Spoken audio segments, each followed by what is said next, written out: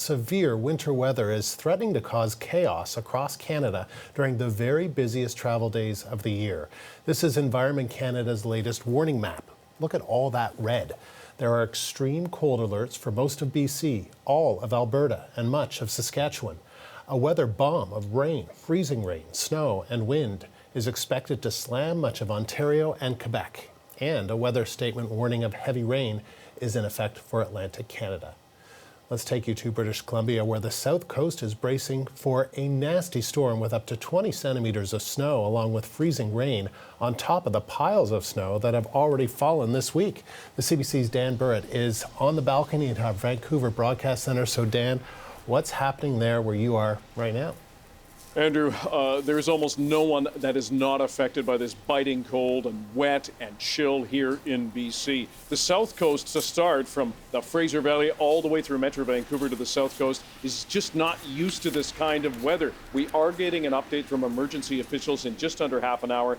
The message we've heard consistently, though, is do not go out if you don't have to. We've got ice and snow-covered streets, hills that you have no business going up and down on. Delayed transit. We've got slowed traffic, especially because a lot of people here, as we've mentioned, do not have snow tires. They're not required here on the lower mainland in winter. For those without homes, it can be downright deadly. They're living in tents in various areas, snow-laden. They don't have electricity, very few sources of heat outside of a barbecue. We've heard reports of people losing fingers and toes to the cold already. Cities have warmed up, warming shelters and other places for people to get inside, but many of those are already full. When it comes to travel out of YVR, we know there's been chaos earlier this week. Some people still flying in and out, facing delays and cancellations.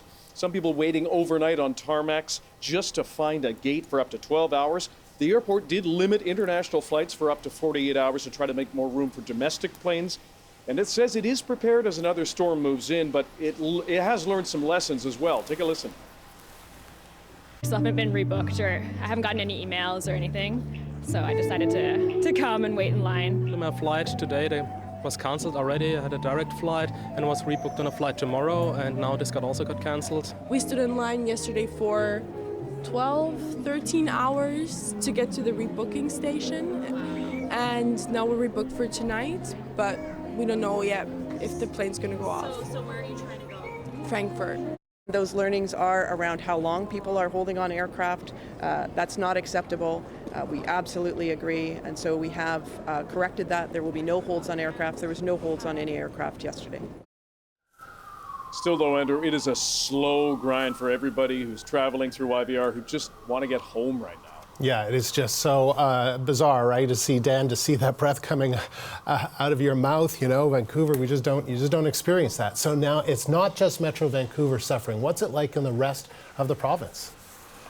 Downright dangerous, Andrew. The rest of this big province is used to frigid temperatures like this, but this is very concerning. For example, Environment Canada warning of wind chills feeling like minus 20 in the southwest, up to minus 35 on the southern interior and the Rockies and the Kootenays, and down to minus 40 in central and northern BC in places like Prince George.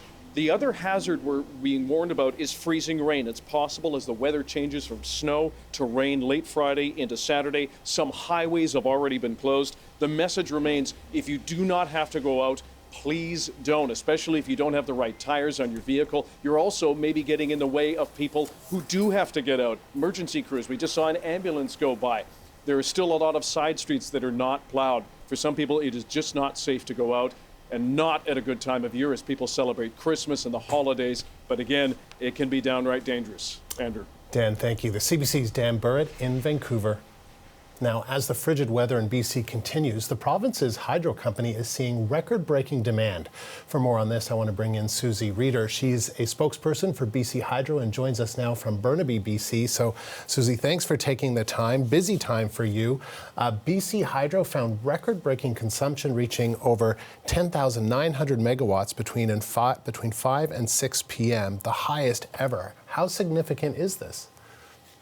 Yeah, so just to put that into perspective, one of our biggest dams, the WAC Bennett Dam, the output is about 2,700 megawatts of generating capacity. So that's about 4 WAC Bennett dams. So it is quite significant.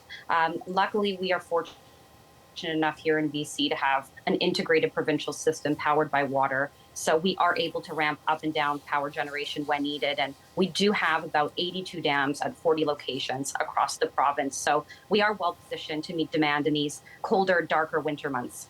And so no matter what, Susie, because there's like there's more cold weather coming, so you feel as though you'll be able to meet the demand no matter how high it goes? Yeah, absolutely. We're fully prepared, and we do have an integrated hydroelectric system across the province. And last night we did break a record, and we're expecting that as cold temperatures increase throughout the next few weeks, there is potential to break more records as well. And we're fully prepared for that. And also this next system coming in as well, we're monitoring it very closely. We know that more snow is expected, and we know the weather pattern is changing. And the freezing rain is really what's concerning our meteorologists and operations teams. So right now, we know there's a good chance that this could result in significant outages. So particularly in the Fraser Valley and the Mid-Island, we're taking all necessary steps to ensure that we can respond as quickly as possible if outages do happen, and we are expecting that they will happen. So it's really all hands on deck. All our crews, contractor crews, and vegetation management crews are ready to support at a moment's notice, because the major problem with the ice is it encases tree branches and vegetation, makes them heavier, and then there's a better chance that they can fall into electrical lines and infrastructure, which is something we've seen in previous ice storms in 2017 and 2018. We did just release a report about holiday storms on Monday that found there's a 500% increase in customers that have been affected by storms over the holiday season in BC just in the past 5 years, just to give you a snapshot of how climate change is affecting us. In the past 5 years, we've seen that huge increase, and the holiday season, we count in from about mid-December to mid-January. So we're fully prepared. We want our customers to be prepared as well. Just have that emergency kit ready and just stay up to date at bchydro.com/outages. Susie, thank you. Susie Reeder, spokesperson with BC Hydro. We reached her in Burnaby. And we expect to hear soon from officials at British Columbia's Ministry of Emergency Management and Climate Readiness about how they're preparing for the forthcoming storm. They'll hold an update a little later this hour, and we'll carry it live for you once it gets underway.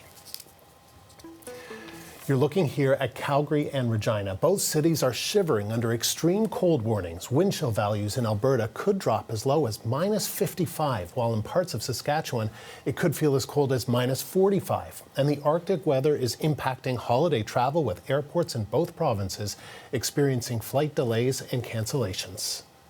For more on the Western cold snap, we're joined by the CBC's Ethan Williams in Regina. And Ethan, can you just describe just how cold it is there right now? Yeah, bitter is probably a good word to describe it, Andrew. Usually when we get these cold snaps on the prairies, they're fueled by high pressure. So we're very cold, but we are clear and calm.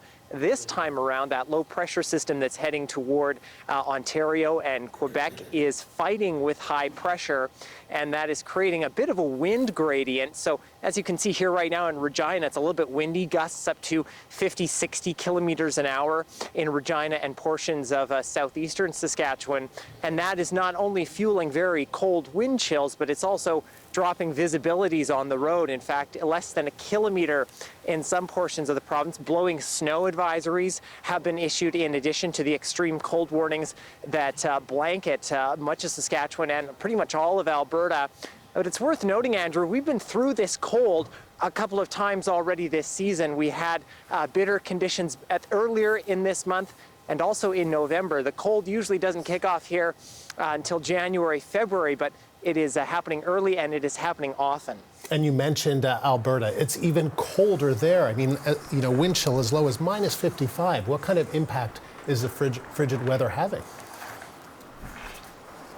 Well, that is creating power issues there in some cases. Alberta's electric systems operator reporting record use over these past couple of days here. And in fact, in some cases, it is causing power outages because there's just such a high demand on the system. Alerts have had to be sent out about the system being strained. And as you mentioned, at airports also causing problems. At Calgary International, lots of planes either delayed or canceled, not just because of the extreme cold, but because of the storm that hit BC earlier in the week, and likely only going to get messier with that storm system that's hitting eastern Canada in Ontario and Quebec a little bit over these next couple of days. But the good news is, Andrew, it looks like there is a bit of a reprieve in sight. The upper atmosphere pattern responsible for these very cold temperatures are going to be shifting somewhat. And we're talking about highs above freezing in southern Alberta come Boxing Day into next week. But there is a bit of a price to be paid. It looks like another low pressure system impacting Edmonton, portions of central and northern Alberta, heading over the holiday weekend, and that'll slide into Saskatchewan too. So messy and cold weather really in the prairies, joining those folks already seeing those very messy conditions elsewhere across the country. Ethan, we appreciate you bearing the cold for us. Thank you. That is the CBC's Ethan Williams live in Regina. Now, as we told you, Ontario is bracing for a major storm. There are winter storm warnings in place across most of the province, and that includes Toronto. The CBC's Megan Fitzpatrick has more on how the city is preparing for the nasty weather.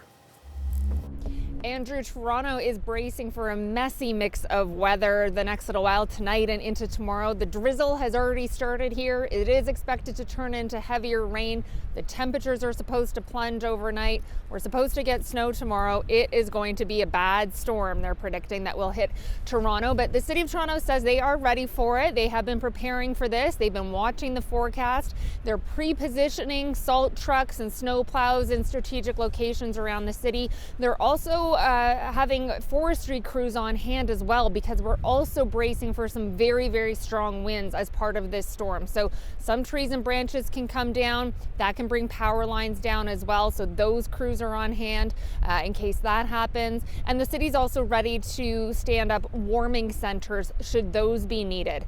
Now, this, of course, is awful timing for people who are supposed to be traveling for holiday get-togethers.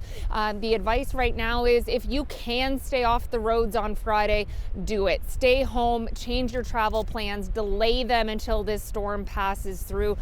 The roads are going to be quite treacherous. And for those trying to travel by air tomorrow, good luck. It could be problematic. Toronto's Pearson Airport says they're bracing for this storm as well, but it's already been a bad week for air travel because of that storm in Vancouver that then had a ripple effect, canceling flights across the country, really. So Toronto Pearson saying, of course, keep your eye on your flight status. Check it again before your scheduled flight. They say they've got crews ready to clear the runways and de-ice planes, but who knows how this will play out. Already some travelers at Pearson were telling CBC that their flights have been affected. Frustrated travelers, here's some of what they're saying. Our flight was delayed from Vancouver to Toronto, so we missed our connecting flight to St. Lucia. And we can't get a flight home, even if we wanted to cancel our trip. We just flew in from Cancun last night, and our flight was canceled. They didn't tell us why. So now we're showing up today, and hopefully we'll get it. We're off to Saskatoon. Saskatoon, and how is it going so far? No delays? No, everything's great so far. No problems whatsoever, and hopefully it's going to be like that the rest of the way. And Andrew, the Pearson Airport officials are also advising people to pack their necessities in their carry-ons in case they do get stuck on a plane on the tarmac or stuck waiting at the airport if their flight is delayed. Have your medication in your carry-on bag, for example. But hopefully things will go smoothly and those flights will take off, but we'll have to see how it plays out. People will also have to be packing their patience, quite likely. But again, if people are trying to travel by road, by car tomorrow, be careful, be prepared, drive slow, take your time, and leave enough distance between you and the car in front of you, because those roads are expected to be icy tomorrow, Andrew. Megan, thank you. The CBC's Megan Fitzpatrick in Toronto.